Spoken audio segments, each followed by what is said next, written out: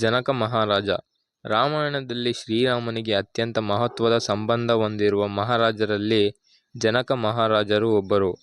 ಅವರು ಮಿಥಿಲಾ ದೇಶದ ರಾಜರು ಮತ್ತು ಸೀತಾದೇವಿಯ ತಂದೆ.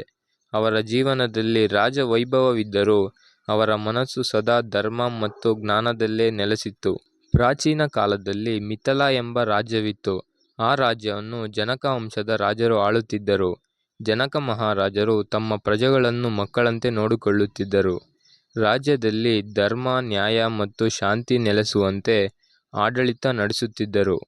ಅವರ ದೃಷ್ಟಿಯಲ್ಲಿ ರಾಜನಾದವನು ತನ್ನ ಸುಖಕ್ಕಾಗಿ ಅಲ್ಲ, ಪ್ರಜೆಗಳ ಒಳಿತಿಗಾಗಿ ಬದುಕಬೇಕು ಎಂಬುದು ಮುಖ್ಯವಾಗಿತ್ತು.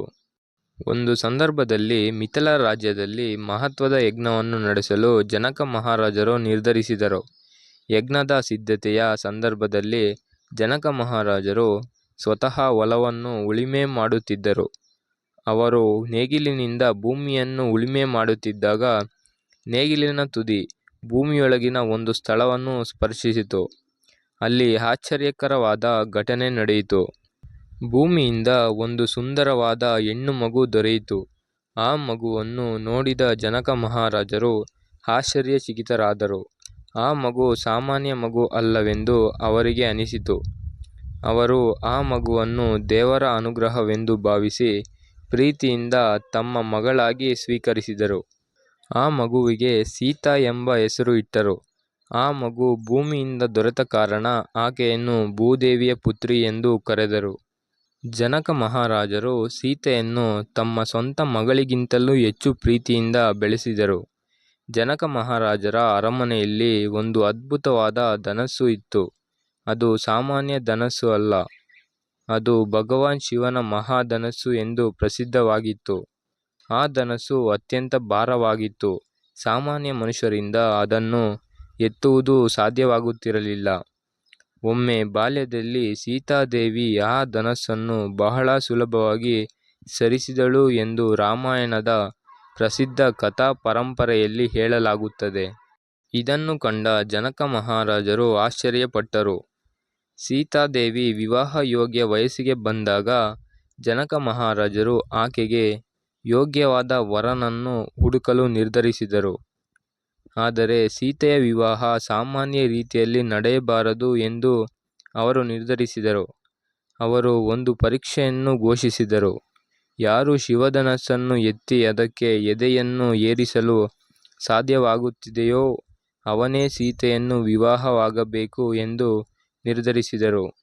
ಅನೇಕ ರಾಜರು ಮತ್ತು ರಾಜಕುಮಾರರು ಮಿಥಿಲೆಗೆ ಬಂದರು. ಒಬ್ಬೊಬ್ಬರಾಗಿ ಎಲ್ಲರೂ ಶಿವಧನಸ್ಸನ್ನು ಎತ್ತಲು ಪ್ರಯತ್ನಿಸಿದರು. ಆದರೆ ಯಾರಿಗೂ ಅದನ್ನು ಸರಿಯಾಗಿ ಎತ್ತಲು ಸಾಧ್ಯವಾಗುತ್ತಿರಲಿಲ್ಲ. ಜನಕ ಮಹಾರಾಜರಿಗೆ ಚಿಂತೆಯಾಯಿತು. ಅವರು ದುಃಖದಿಂದ ಸೀತೆಗೆ ಯೋಗ್ಯನಾದ ವೀರನು ಈ ಲೋಕದಲ್ಲಿ ಇಲ್ಲವೇ ಎಂದುಕೊಂಡರು.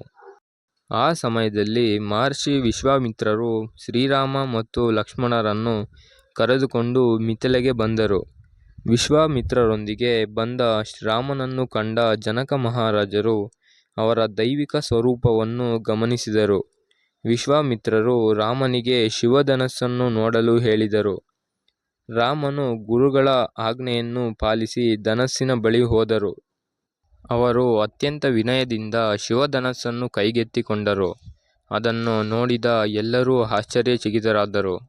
ರಾಮನು ಧನಸ್ಸಿಗೆ ಎದೆ ಏರಿಸಲು ಪ್ರಯತ್ನಿಸಿದಾಗ ಧನಸ್ಸು ಭಾರೀ ಶಬ್ದದೊಂದಿಗೆ ಮುರಿದು ಹೋಯಿತು. ಮಿಥಿಲೆಯ ಅರಮನೆ ಕಂಪಿಸಿದಂತಾಯಿತು. ಶಿವಧನಸ್ಸಿನ ಪರೀಕ್ಷೆಯಲ್ಲಿ ಶ್ರೀರಾಮನು ಜಯಗಳಿಸಿದ ನಂತರ ಜನಕ ಮಹಾರಾಜರು ಅತ್ಯಂತ ಸಂತೋಷಪಟ್ಟರು. ಸೀತಾದೇವಿಯ ವಿವಾಹವನ್ನು ಶ್ರೀರಾಮನೊಂದಿಗೆ ನೆರವೇರಿಸಲು ಅವರು ನಿರ್ಧರಿಸಿದರು. ಅಯೋಧ್ಯೆಯಿಂದ ದಶರಥ ಮಹಾರಾಜರು ಮತ್ತು ಅವರ ಕುಟುಂಬದವರು ಮಿಥಿಲೆಗೆ ಆಗಮಿಸಿದರು. ಶ್ರೀರಾಮ ಮತ್ತು ಸೀತಾದೇವಿಯ ವಿವಾಹ ಧರ್ಮ ಮತ್ತು ಆದರ್ಶ ಸಂಕೇತವಾಗಿ ಪ್ರಸಿದ್ಧವಾಯಿತು.